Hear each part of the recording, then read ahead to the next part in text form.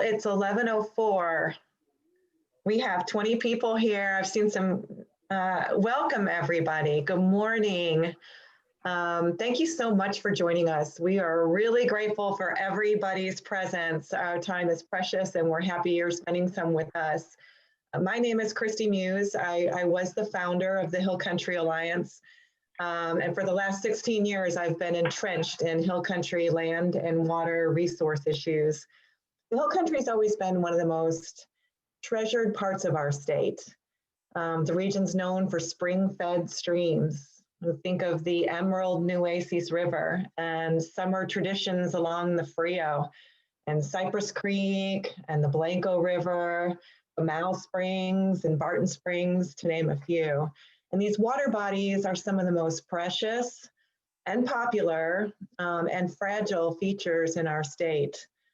These Hill Country streams are fed by springs from the region's two major aquifers, the Edwards Aquifer, which supplies drinking water to 1.7 million people in the San Antonio area, and the Trinity Aquifer, which serves a much broader region than Hill Country and supplies drinking water to many communities throughout the Hill Country. And these streams and aquifers are interconnected. And we're here today to examine a growing threat to these connected water systems, and that threat is sewage pollution. It's very easy to assume that the treated sewage that comes out of wastewater treatment plant is clean water, but only some of the pollutants are removed during the treatment while others are left in. Another issue is that many of the Hill Country's rivers and creeks often have very low or sporadic flow during dry times. So in those times, treated wastewater discharged directly into the water body can make up a large part of that stream volume below a treatment plant. And this can be harmful to the entire ecosystem. So dumping treated sewage into streams is regulated by direct discharge permits that are issued by the Texas Commission on Environmental Quality, or TCEQ. The Hill Country Sewage Scorecard, it's a new report produced by the Save Barton Creek Association. They recently examined municipal permit compliance data in 17 Hill Country counties. They found that 81% of these permits exceeded in 81% of these permits, they exceeded at least one of the pollution limits in their permit during the last 3.5 years. This is unacceptable. And it's partly why we're seeing some bad algae outbreaks in streams where direct discharge permits have been granted, including the Blanco River downstream from the city of Blanco, the San Gabriel River below Liberty Hills sewage plant. The TCEQ has already recognized the need for stricter rules around drinking water sources, and that's why the agency has banned new direct discharge permits around the Highland Lakes. They did this in 1986, and over the Edwards recharge zone in 1996. I want to point out that plenty of new development is occurring in these areas, even with direct discharge bans in place. And these developments use the preferred method of discharge, which is land application through irrigation. Several citizen groups have been advocating for a ban on direct discharge in the broader Hill Country, specifically over the Edwards contributing zone, for many years. And today's briefing is being hosted by the No Dumping Sewage Coalition. This coalition includes several groups, including Clean Water Action, the Greater Edwards Aquifer Alliance, the Save Barton Creek Association, the Save Our Springs Alliance, Wimberley Valley Watershed Association, and the Hill Country Alliance. We're going to dive a little deeper into this topic with our three speakers here today. Maybe give a little wave. We've got Annalisa Peace here. We have Chris Harrington, and we have Brian Zabkik, who all will be presenting today. We're going to keep these presentations concise. I'm going to ask our speakers to be mindful of time. We'll do that in the first part of the meeting. And then we're going to have a nice time for Q&A and for conversation. I will say, feel free to use the chat box if you want to put in some questions while the presentations are going on. If you have a burning question, that we can answer in a brief time, and you want to ask that speaker directly, we can interrupt here and there if that feels appropriate. But let's try to get through these sessions, and then we can have a nice conversation afterwards. So with no further ado, thank you for being here. We're going to go ahead and get started with Chris Harrington, our first speaker. Chris Harrington is the Environmental Officer for the City of Austin. He previously led the Policy and Planning Division at the city's Watershed Protection Department. He's been working on this issue for a very long time, I can testify. He's an engineer with extensive experience in water quality data analysis. Thank you for your time, Chris. Thanks for being here. I'm going to turn it over to you. Thank you, everybody. As Christy mentioned, my background is in biology and environmental engineering. And with the City of Austin, I've been involved in studying hill country streams since the mid-90s. We've done a lot of work in studying both streams receiving direct wastewater discharge, and then streams that are not receiving any wastewater discharge or even being impacted by wastewater disposal. So we have a good sense of the area. And just like in real estate, the key component here is location, location, location. It's all about context for these hill country streams. And so if you imagine your favorite hill country stream, you're probably looking at some kind of image similar to this. These streams have evolved because of our underlying geology to be rock controlled. So there's hard rock bottoms, very clear water, very little algal growth most of the time, even very little plant growth, just because of the poor quality of our hill country soils, not contributing nutrients. And nutrients, just like we fertilize our lawns, are necessary for the growth of aquatic plants. And so our hill country streams, again, have naturally evolved to these clear water, low nutrient conditions. And we see them over and over again. If we look from Onion Creek or Barton Creek, again, these rock controlled streams, sunlight can penetrate to that bottom. That bottom is typically a hard rock surface. And so it's perfect for algae to attach. And when we think about what's actually in wastewater, a key component of that is elevated concentrations of nutrients. And so here's a graph. Hopefully you can see that, but I'm just going to walk you through it briefly. And so in typical wastewater, wastewater coming out of the City of Austin's treatment facilities, you would see these concentrations in the red bars, high concentrations of nutrients like nitrogen here on the left or phosphorus here on the right.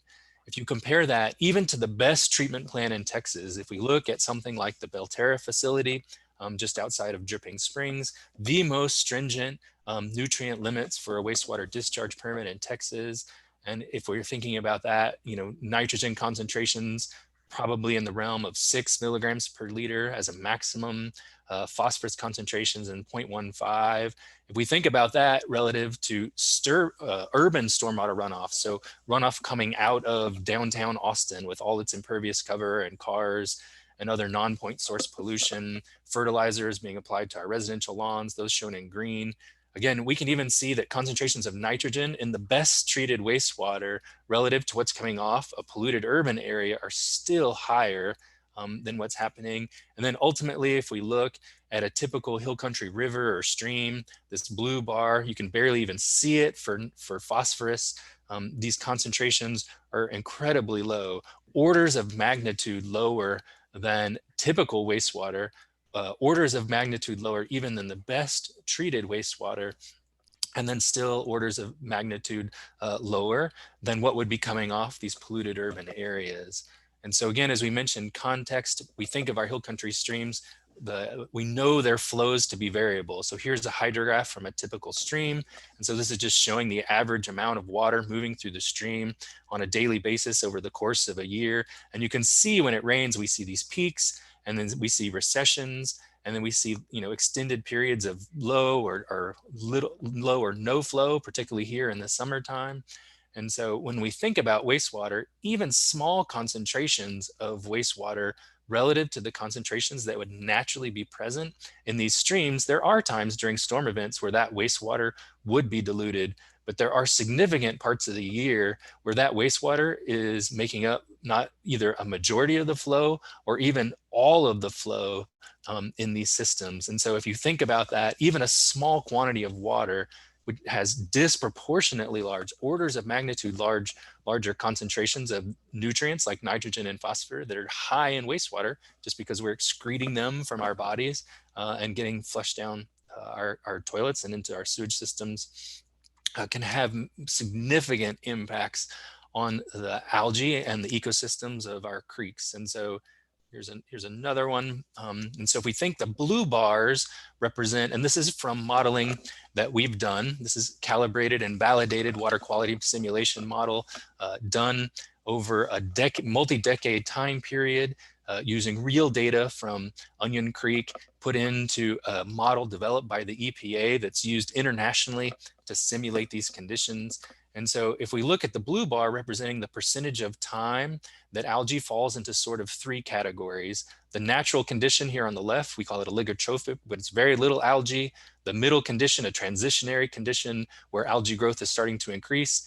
And then when you have excessive algae growth, those algal blooms that you read about in the newspaper being a eutrophic condition. And so when we look at Onion Creek, when we model it, the majority of the time, more than 95% of the time, without wastewater discharge, Onion Creek falls into this oligotrophic category. Even with no discharge, or as we add wastewater discharge into Onion Creek, what gets predicted by our modeling is that completely shifts. Now, more than 90% of the time, the Onion Creek would become eutrophic. It would respond with excessive algal growth. And so a complete reversal of the pyramid or the paradigm of our hill country stream. So what does that actually look like in practice? And so we can think of the Blanco River. Here you can see an example of the Blanco River near Blanco, and thanks to Wimberley Valley Watershed Association for these photos, without receiving wastewater discharge. But if we look, this is what the Blanco River looks like when it is receiving wastewater discharge. And so you can see again that transition from the natural clear water condition with very little algae to being choked with algae, an excessive eutrophic condition, impairing the use of this water body for recreation and for the use by aquatic life. And this is not alone. And we've looked at these situations to help calibrate our predictions for what happens when hill country streams receive wastewater. Here's another one. This is the South Fork of the San Gabriel River. This is the facility discharging right here according to its TCEQ permit. So this is not a failure of this wastewater treatment plant. This is a different incident than what you may have heard about in the paper. And so here you can see all the way to the bottom, very clear water up until the point where the effluent enters the stream, and you can actually see it flowing down across to the other bank. And then again, you can see for a distance downstream, the South Fork of the San Gabriel being choked with algae. And this is that same picture, but just looking at it again, you see the wastewater discharge coming in here on this right-hand bank, and then just spreading across as those nutrients come into this system that is not capable of dealing with it, choking it full of algae. And then as this algae decays, it consumes dissolved oxygen, which takes that oxygen that's vital for aquatic life out of the water, and again, impairs those uses. So I think I'm pretty close to time. I'm gonna stop there and stop sharing my screen and pass the mic. You're muted, Christy. Got it. Thank you, Chris. Appreciate all that technical information and those graphs. It made it really clear. Also, I've driven that bridge over the Blanco River many times, and it's night and day. And when you see that algae bloom and imagine the folks swimming and recreating downstream, it's really sad to see. So thank you. That was really helpful. Our next speaker is Annalisa Peace, who's been working on this issue for many years as well. She is the founder and executive director of the Greater Edwards Aquifer Alliance, and which unites 52 organizations in Central and South Texas since 2004. Annalisa has also served in a wide range of government and nonprofit roles in San Antonio. Thank you for being here, Annalisa. I'll let you take it away. Thank you. Let's see.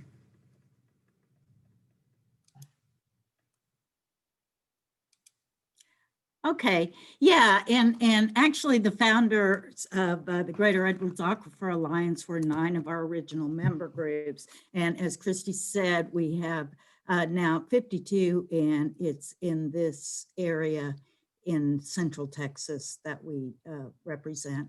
And this is the area where we are concerned, very concerned about the sewage. Okay, so here's a better map, and here you see we've got this pink band, which is the recharge zone, where direct effluent discharges are prohibited. But then scientists are telling us now that this purple area, the contributing zone, is of great concern because there are actually recharge features within this zone, and the TCEQ regulates, the Edwards Aquifer Authority rather regulates and enforces their regulations within 5 miles of the contributing zone. But for sewage discharges, we have direct discharge permits that will be within a half a mile of the recharge zone. And these boundaries aren't real precise. So it has been problematic. Here's some issues of protection with sewage. The state has no density restrictions for the Edwards Aquifer recharge zone. Neither the state nor municipalities require adequate protection, in our opinion, of the Edwards Aquifer contributing zone. Most Edwards Aquifer Authority regulations extend to protections, as I said, within 5 miles into the contributing zone. Public investment in infrastructure does not take environmental services of the Edwards and Trinity Aquifer watersheds into account, encouraging growth where it is least appropriate. The Edwards Aquifer Authority is not mandated by the state to review wastewater permit applications that may impact the aquifer. The state treats stormwater as a pollutant, requiring measures to seal the aquifer from recharge or to mitigate water quality through use of BMPs. Current engineered structures required by the state to mitigate water quality are often poorly designed and poorly maintained. Counties lack the authority to regulate land uses. The state often grants powers of eminent domain to municipal utility districts and other entities, empowering them to encroach on contiguous privately held land. And an example of that was one that we had in Comal County, where TCEQ they issued a direct discharge permit that allowed the developer and the wastewater treatment plant to discharge all of their sewage effluent onto the property of a neighboring landowner. So we have 2 types of discharge, sewage discharge. So we have the direct discharge, TPDES, which allows, the state allows to directly discharge sewage effluent into waterways. And then we have the land application permits, which most scientists believe are somewhat more protective because the effluent is irrigated onto land where plant and soil can uptake some of those nutrients. So here you see, we've done numerous studies on sewage, impacts of sewage on the Edwards Aquifer. And here, this is like between a short period of time, we had almost 2.5 acre feet of raw sewage leaks occurred on the Edwards Aquifer recharge zone. And problematic with these leaks, these were from centralized sewage systems.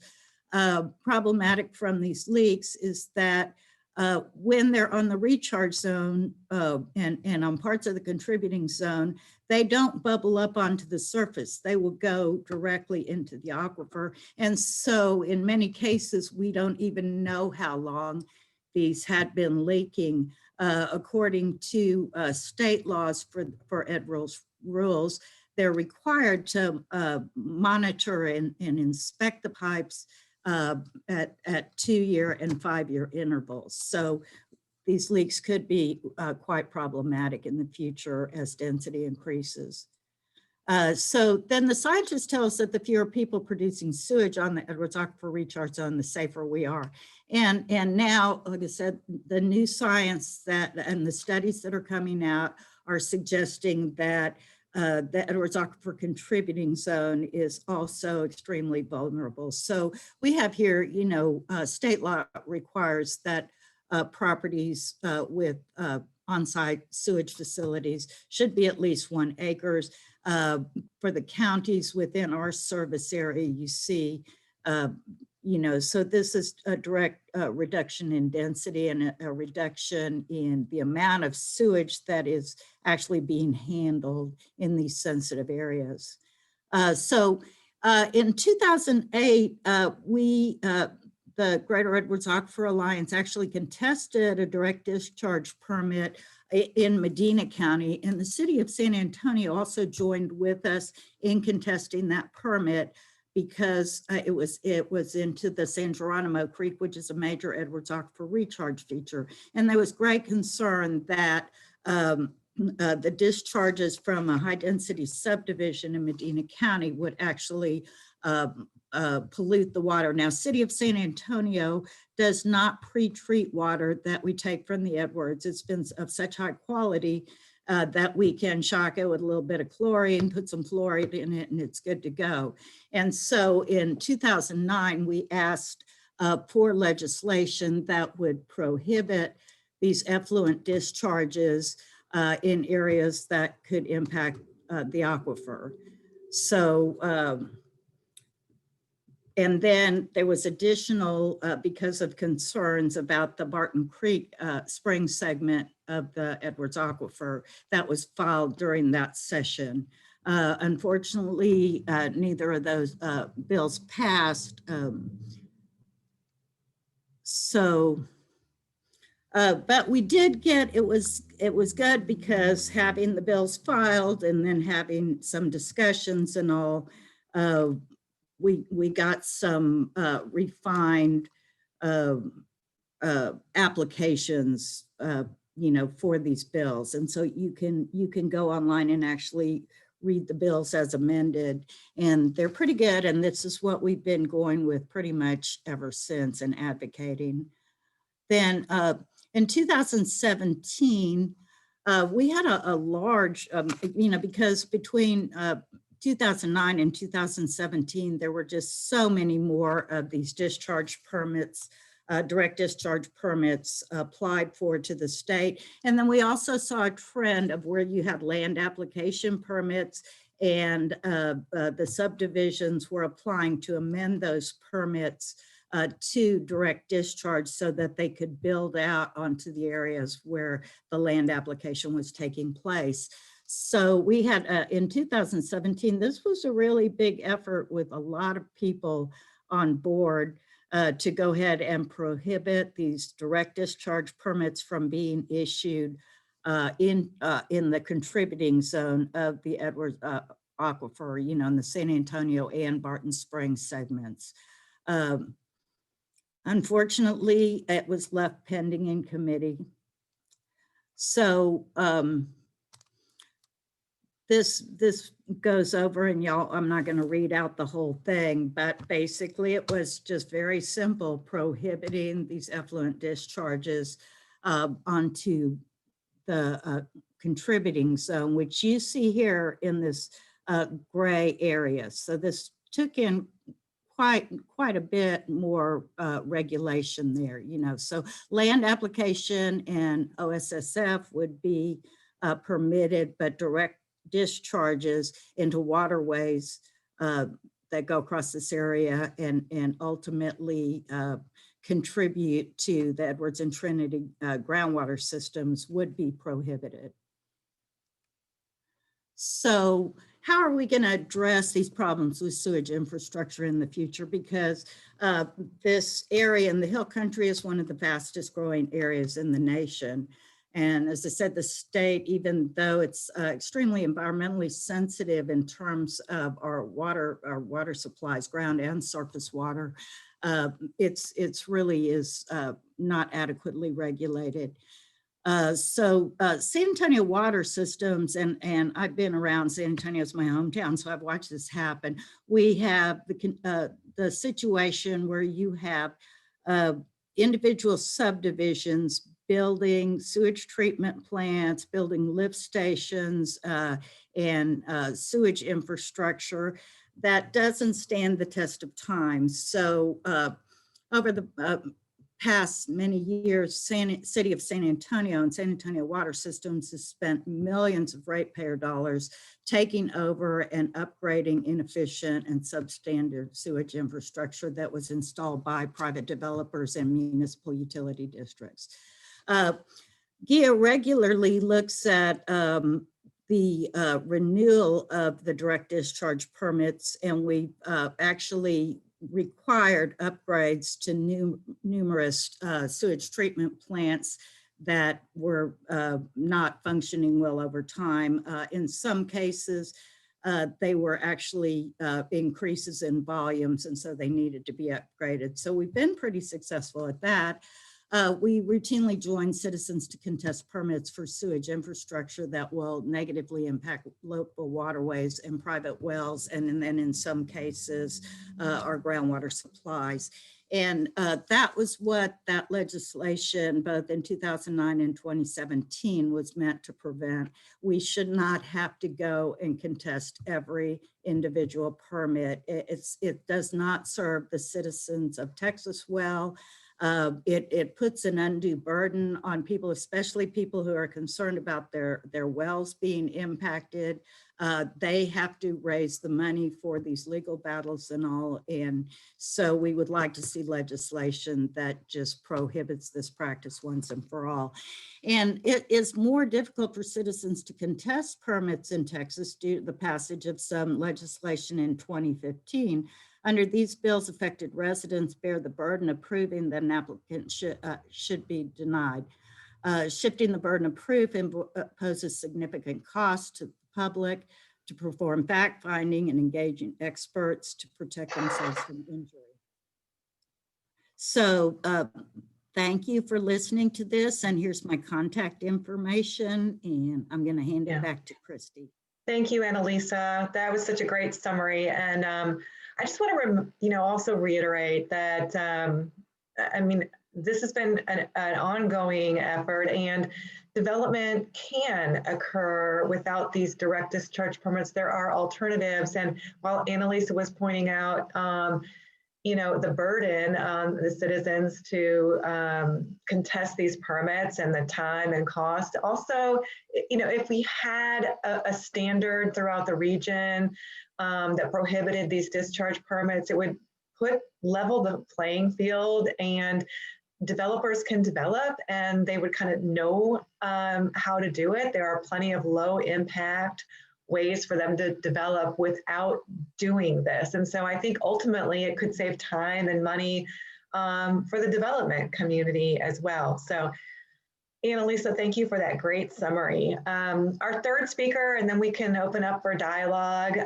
is Brian Zabkick, and he is working on the wastewater campaign. He's the wastewater campaign organizer for the Save Barton Creek Association.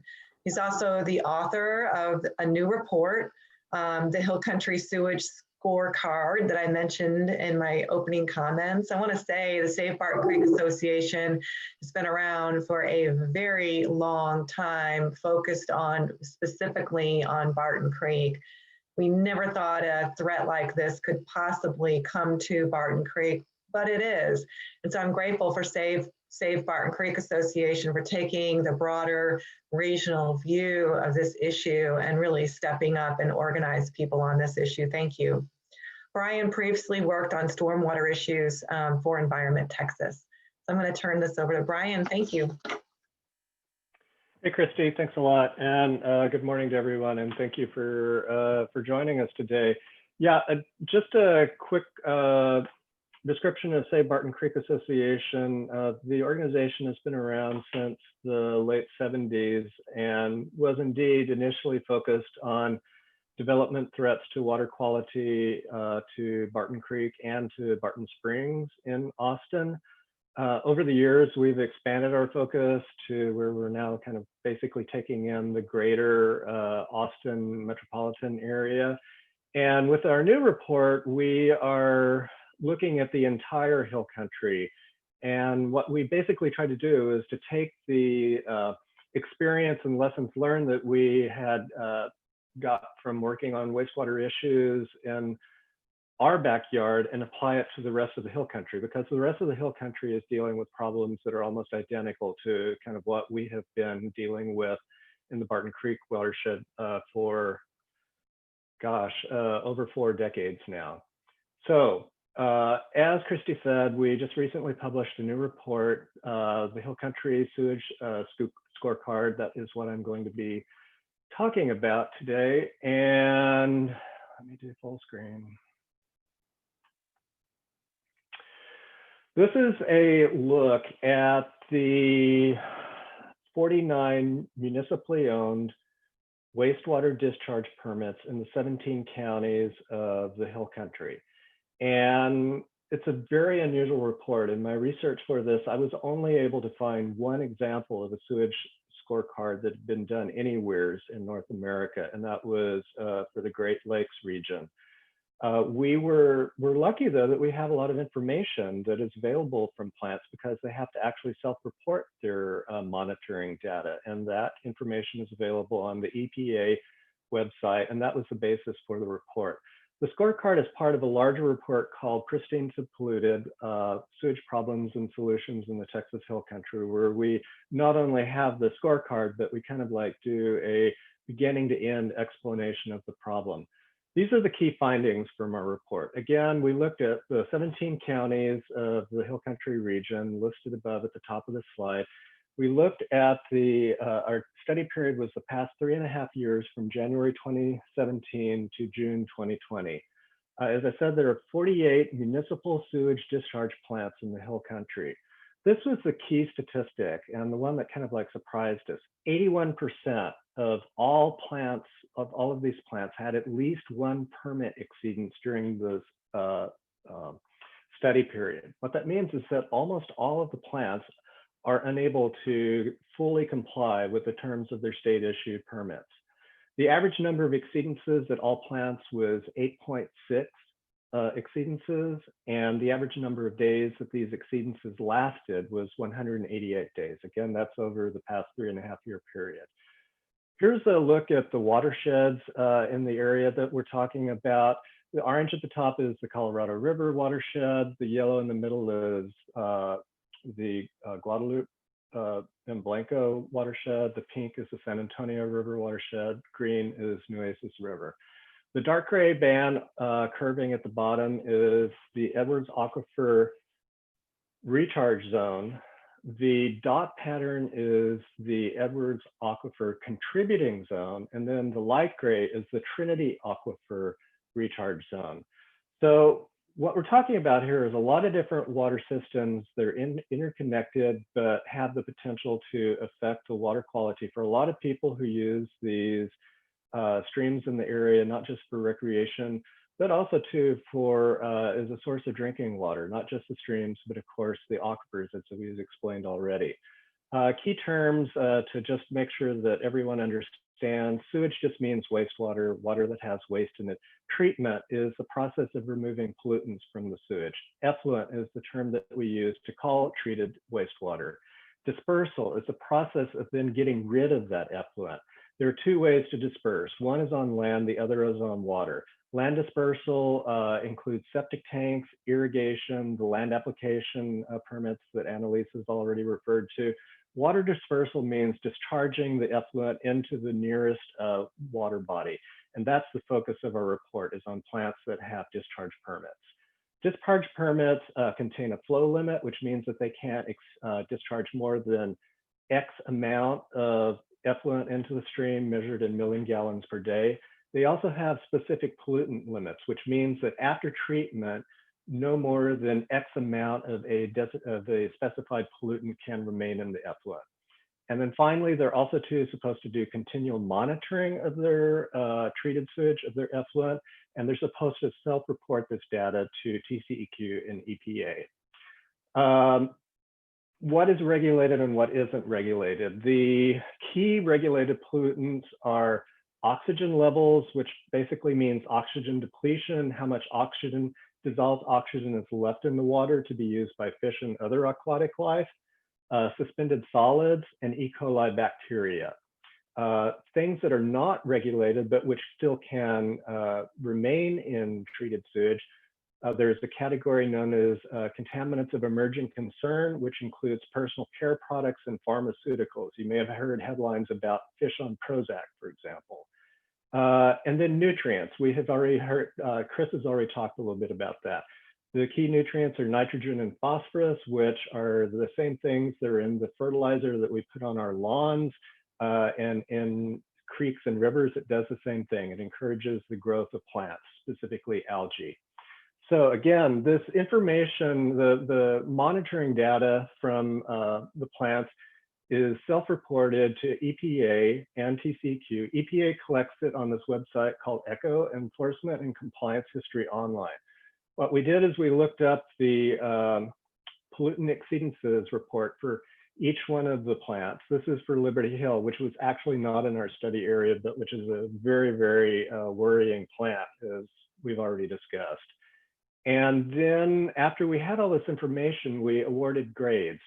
We decided that the key metric that we were going to use was the number of days that exceedances lasted.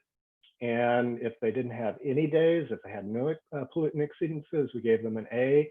If they had 1 to 50 days, they got a B. If they had 51 to 500 days, a C. And if they had an F, if they had more than 500 days of pollutant exceedances, they got an F.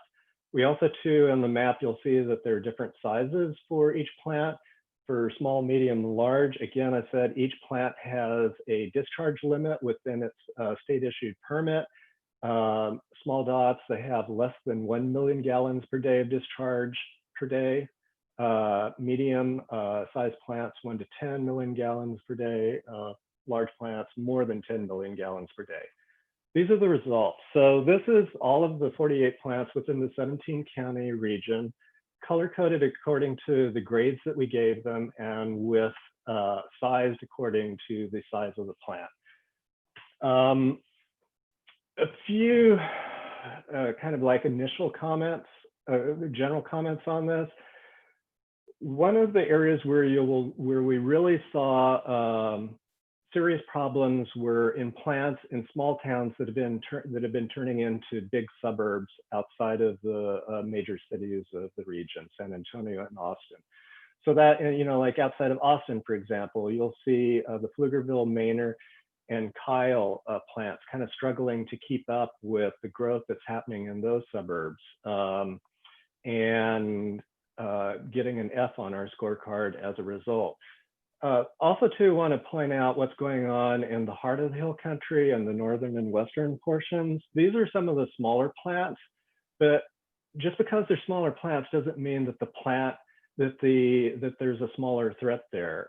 Again, as Chris has already said, we have low to no flow in streams depending on the time of the year, where the treated wastewater can make up a significant portion of the water that's actually flowing through the channel. So even though these are smaller plants, they're in many ways posing a greater threat because the environment, the terrain in the northern and western parts of the hill country is less forgiving than it is in the eastern part of the hill country.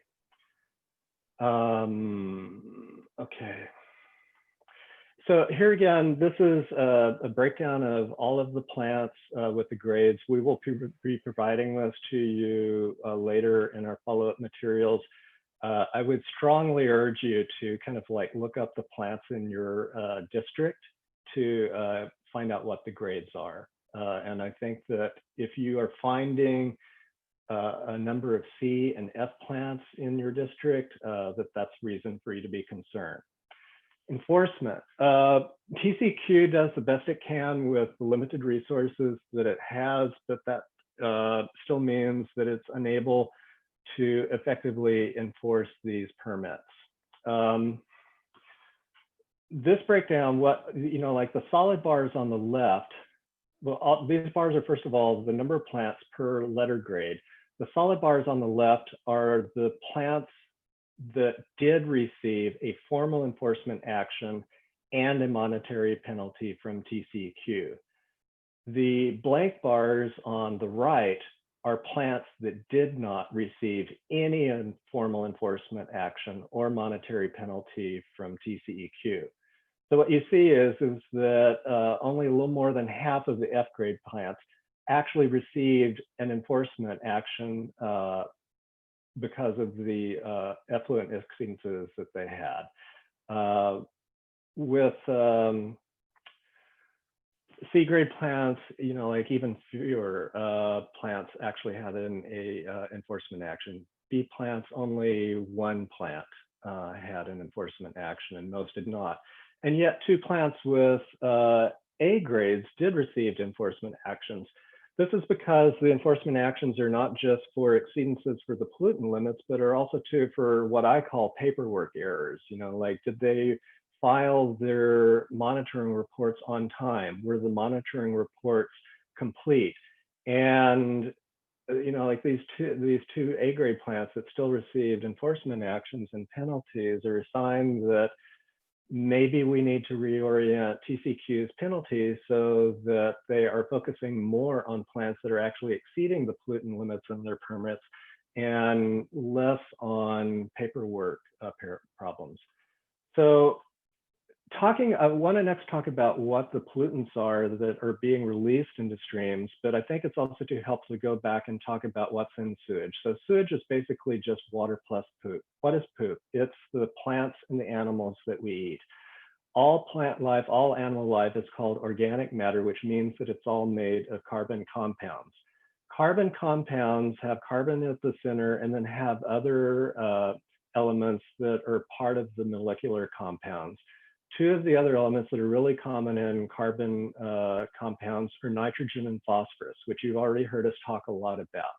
What happens to animal matter and plant matter when it decays, the final step of decay is decomposition by aerobic bacteria. Aerobic means that they use oxygen to break down the organic matter. This is a process that happens everywhere. This is a process that happens in nature. This is a process that happens in your compost pile. This is a process that happens in streams, on land, and most importantly, this is also the process that happens at sewage treatment plants. This is how we get rid of the waste, the poop, in wastewater, is by using the aerobic bacteria to break it down. So what happens is the aerobic bacteria breaks down these carbon compounds.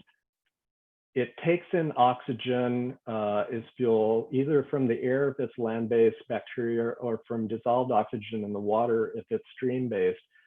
And then it reshuffles the elements. So the carbon is combined with the oxygen to form carbon dioxide. The nitrogen becomes nitrogen compounds. The phosphorus becomes phosphorus compounds. And then these get released into either the land or the water. So Brian, I'm just going to do a quick time check. So we want to have time to talk about some strategies as well. We're getting close. Okay. So these are the top pollutants. These are the ones that are regulated. Ammonia is a form of nitrogen. E. coli bacteria you're familiar with, oxygen and depletion. That's because the aerobic bacteria is sucking up the oxygen out of the water in order to break down the organic matter. Solids, overflow, chlorine, phosphorus, pH. These are also 2 other things that are monitored. I'm just going to go ahead and we talked a little bit about streams having low or no flow. These are the streams that we have the full chart map in our report, but these are streams where there is stream loss, and the percentages on here are the measuring what percentage of the stream flow is coming from wastewater at selected plants. These are plants where we were able to actually have that information. In trying to wrap up, There are already restrictions on wastewater in the Hill Country. There is a ban over discharge permits over the Edwards Aquifer Recharge Zone, shown in the dark red here. In the light red, that's the Edwards Aquifer Contributing Zone as defined by TCQ. There are some limits on nutrients that can be in treated wastewater in that area, but it only covers part of the Edwards Contributing Zone. The full contributing zone is shown in gray on the map. There's also a ban on discharge permits around the Highland Lakes. The Highland Lakes and the Edwards Aquifer Recharge Zone both have zones because discharge bans because those are sources of drinking water. We believe that it's not just enough to protect drinking water in those limited areas, that we need to protect water throughout the entire Hill Country.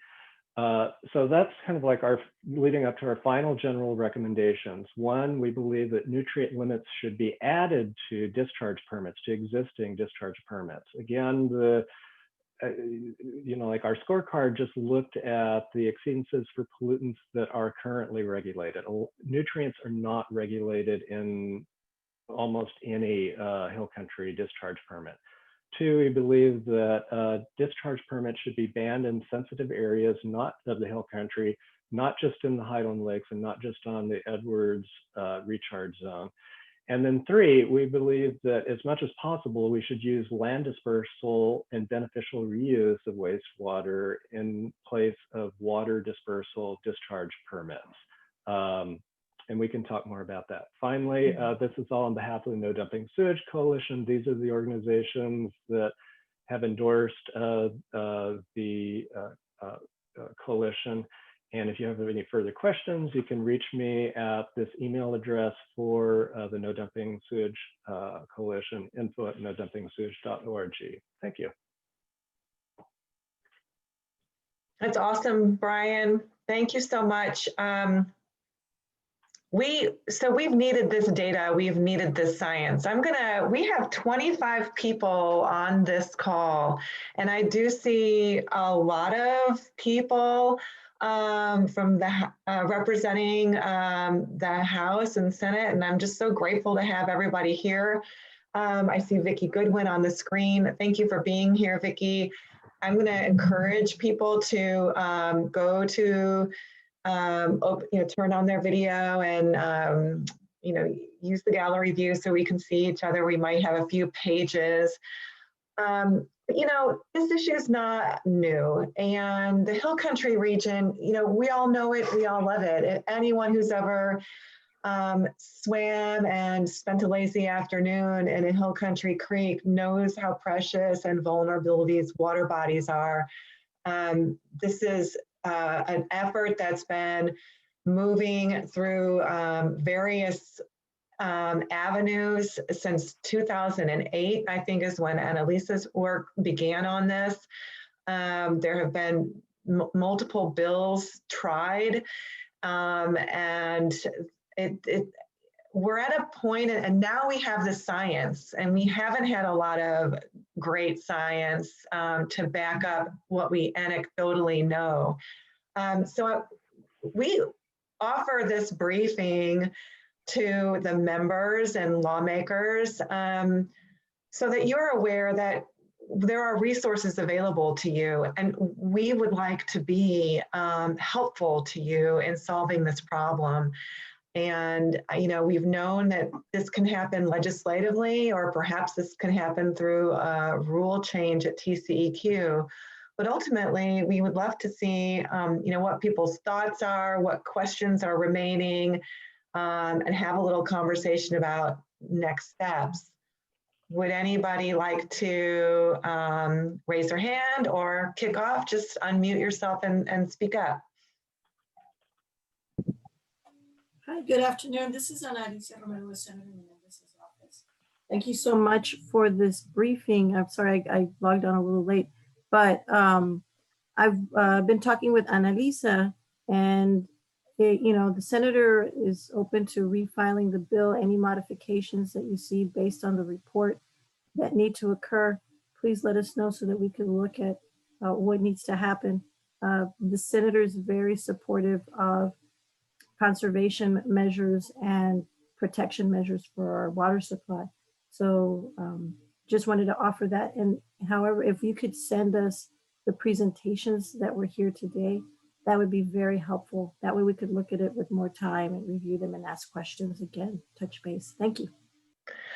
Thank Yeah, you. and I can send those to you. And I just want to acknowledge Senator Menendez's office that Anna Alicia represents has been incredible on this issue. So we really owe him a debt of gratitude. That is so great.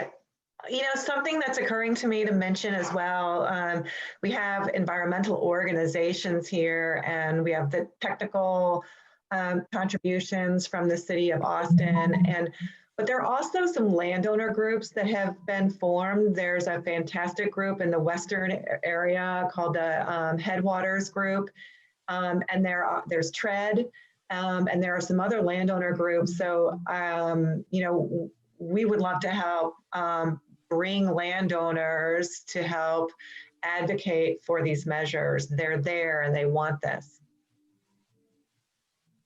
Any others?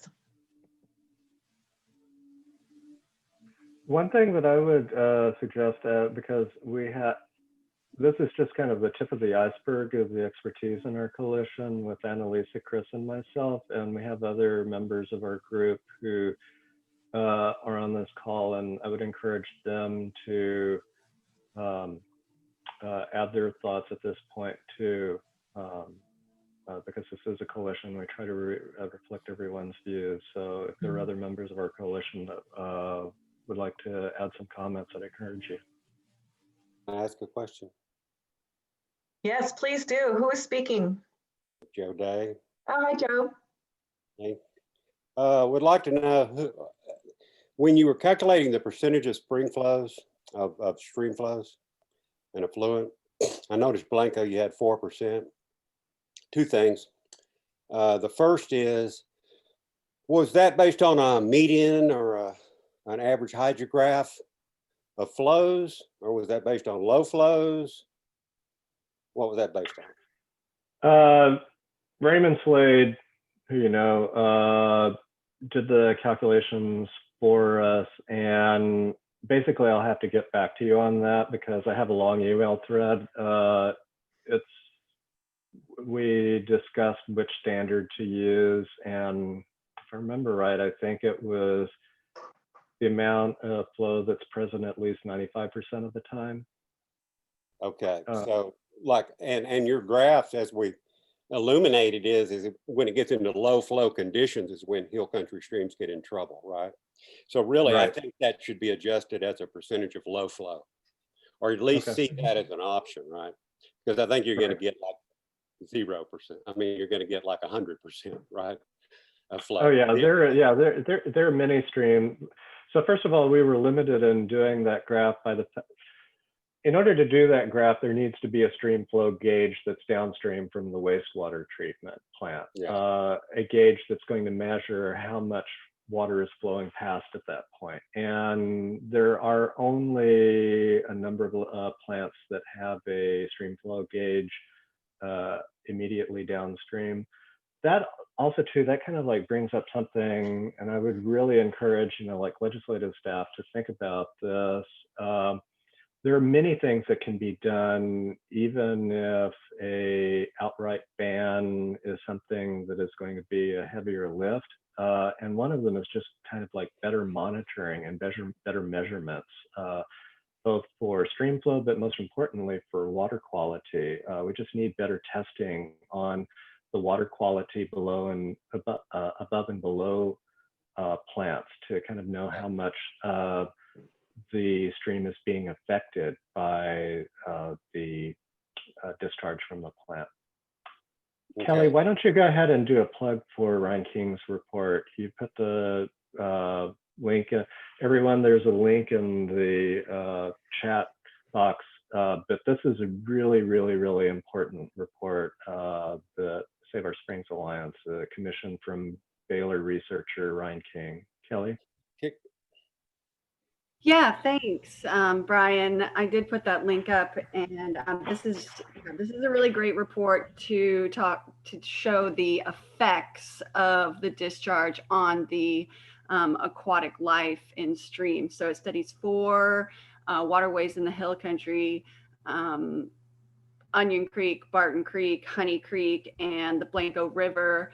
Significantly, that last one shows the drop in native aquatic life downstream from the discharge plant versus upstream. And what I wanted to say and what this report illustrates is Brian mentioned that there are some existing rules limiting nutrients and pollutants in the Edwards-Ocker contributing zone, and that one of the problems is that the TCEQ's definition of the contributing zone isn't really like hydrologically based, and it doesn't cover all of it.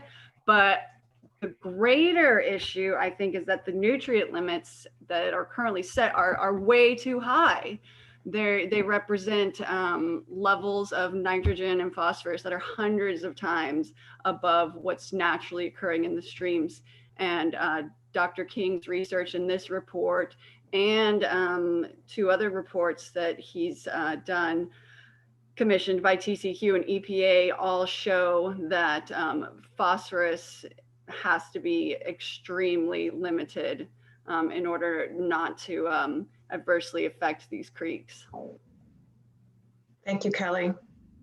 Maybe we can add a link to that report when we do the final the email out to everybody with these incredible resources. So I just want to jump in real quick. So this is Dr. King did a presentation of this report to the Blanco City Council, and this is, I think, just kind of like one of the most interesting slides from that report. He tested the water quality at a location immediately above the Blanco plant, immediately below. And one of the things that he found was that it had effect even on the fish populations in the river. Basically, you had the downstream, it's kind of like a little backwards. The upstream location is the bottom picture. The downstream picture is the top picture. But basically upstream of the plant where you didn't have any discharge, you had larger fish, you had more desirable fish. At the downstream location, you had smaller fish and more trash species. And I think that this is something that is kind of like, helps to really dramatize that, you know, like we're not just talking about something abstract. This has a very concrete effect on things that, you know, like probably your constituents would find interesting. Mm-hmm. That's very helpful. Kelly, I see you putting more resources in. Thank you.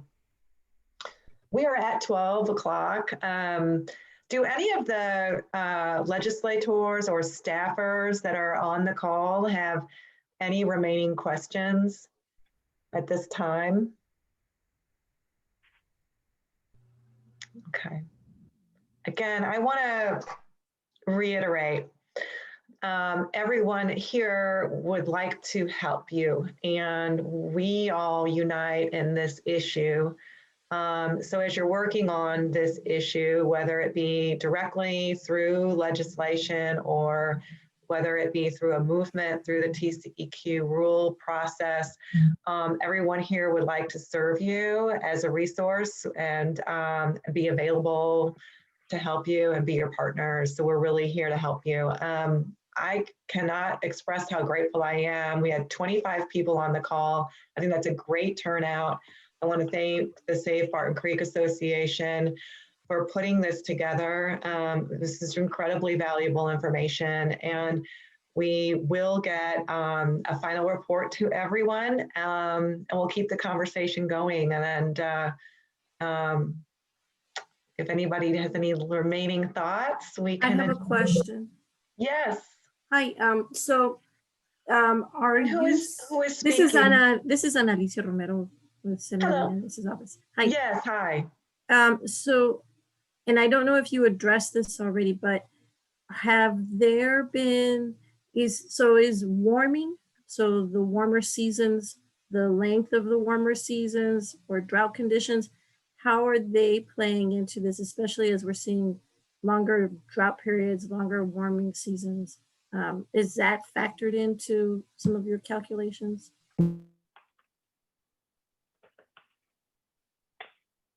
I would say no. Like we didn't do kind of like a specific climate change assessment, but I think that like one of the messages that we're really trying to drive home is that even in good years and even in wet years, you're going to see extreme variations in stream flow in hill country streams because the rocky channels just do not retain water as much as the soil channels in the rest of the state. And so in a way, we're kind of already seeing what the effects would be of climate change when we look at streams during the summer and the fall months when they don't have any flow in them. What we would be seeing with climate change is that we would be seeing basically the dry streams of summer expanded to the rest of the year. And you would have a situation where wastewater would be making up most, if not all, of the water that's flowing through that channel. Great. I can Thanks, add to Brian. that. Thanks, Algae Kelly. is more like grow in warmer temperatures. That helps the algae grow. So like Brian said, it's already a problem, and climate change would make it worse as we see hotter days and longer summers. Okay. Thank you. Yes, Clark. Hi. Hi, my name is Clark Hancock. I'm with Say Barton Creek Association, the president of the organization. And I want to thank everyone for being here today. As you can see, we're getting real good at defining what the problem is. We're getting the science to back it up and the like. Our challenge is how we together, all of us, address this problem. And that's where especially the legislative offices definitely come into play, because we're looking at both the governing and the permitting sides, the regulatory side. And we on the outside that are doing this work of studying that, coming up with suggestions, we are a collective voice, but we also need your voices and we need your ideas. What are the best ways for us to proceed on this? So we're not coming to you with our hat in hand saying, we are coming to you asking you to be part of the solution and help us to find the solutions that we can all live with together. We live in a very dynamic time, obviously. The population in the hill country is continuing to grow, and it will continue to grow. And we know why, because this is a desirable area. We all love this area. But how do we preserve that for those that come after us? The magic that we find here, how do we preserve that for those that are coming after? It's easy to think about that stuff we flush down the drain as being gone away. But we're finding time and time again that it is directly affecting the quality of life of everybody that's living in the Texas Hill Country. And so we need constructive solutions, and we need your help. So I urge you all, please reach out to the experts that we have gathered together, reach out to these, educate yourself, educate your legislature, educate your office, and help us find solutions. So again, please, thank you all very much for being here today. I just want to add one last thing to follow up on what Clark said. I showed this map of the discharge bans for the Highland Lakes and the Edwards Aquifer. I didn't give the years when they were implemented. So the Highland Lakes discharge ban was implemented in 1986. The Edwards recharge ban was implemented in 1996. Nothing has happened since then. There's been no further regulation on a regional basis of wastewater in the Hill Country since then. Yet we've seen the region's population explode along the I-35 corridor, and we've seen the region's population grow by leaps and bounds in the rest of the Hill Country. We believe that this is a problem. The population has been increasing. There has been no further regulation of wastewater in the hill country, we're going to have more problems. We're going to have more problems like Liberty Hill and Blanco if we don't do something now. Very good. Okay, Clark and Brian, I assume you're saving the chat folder and the participant list. And I think that's about it. I personally want to say it sure is fun to see all these faces. And it's just, we've all been working in silos. And so this is a great community. And I feel like it's a great step forward. So thank you all. Thank you for joining us. It's a wrap. Thanks. Thanks so much. Have a good Happy one. Thanksgiving, everybody. Thank you. You too. Bye, Sky. Bye, Robin. Bye, Jonathan. Say hello to Kyle for me, okay? Will do. Thank you. Uh-huh. See you, Kelly. Bye, Christy. Thanks. Great job, Christy. Thanks, rock. Robin. Yay. Yeah, I wish we could hang out. I know, I'm really tired of this. But I thank God for Zoom. Can you imagine? Yeah.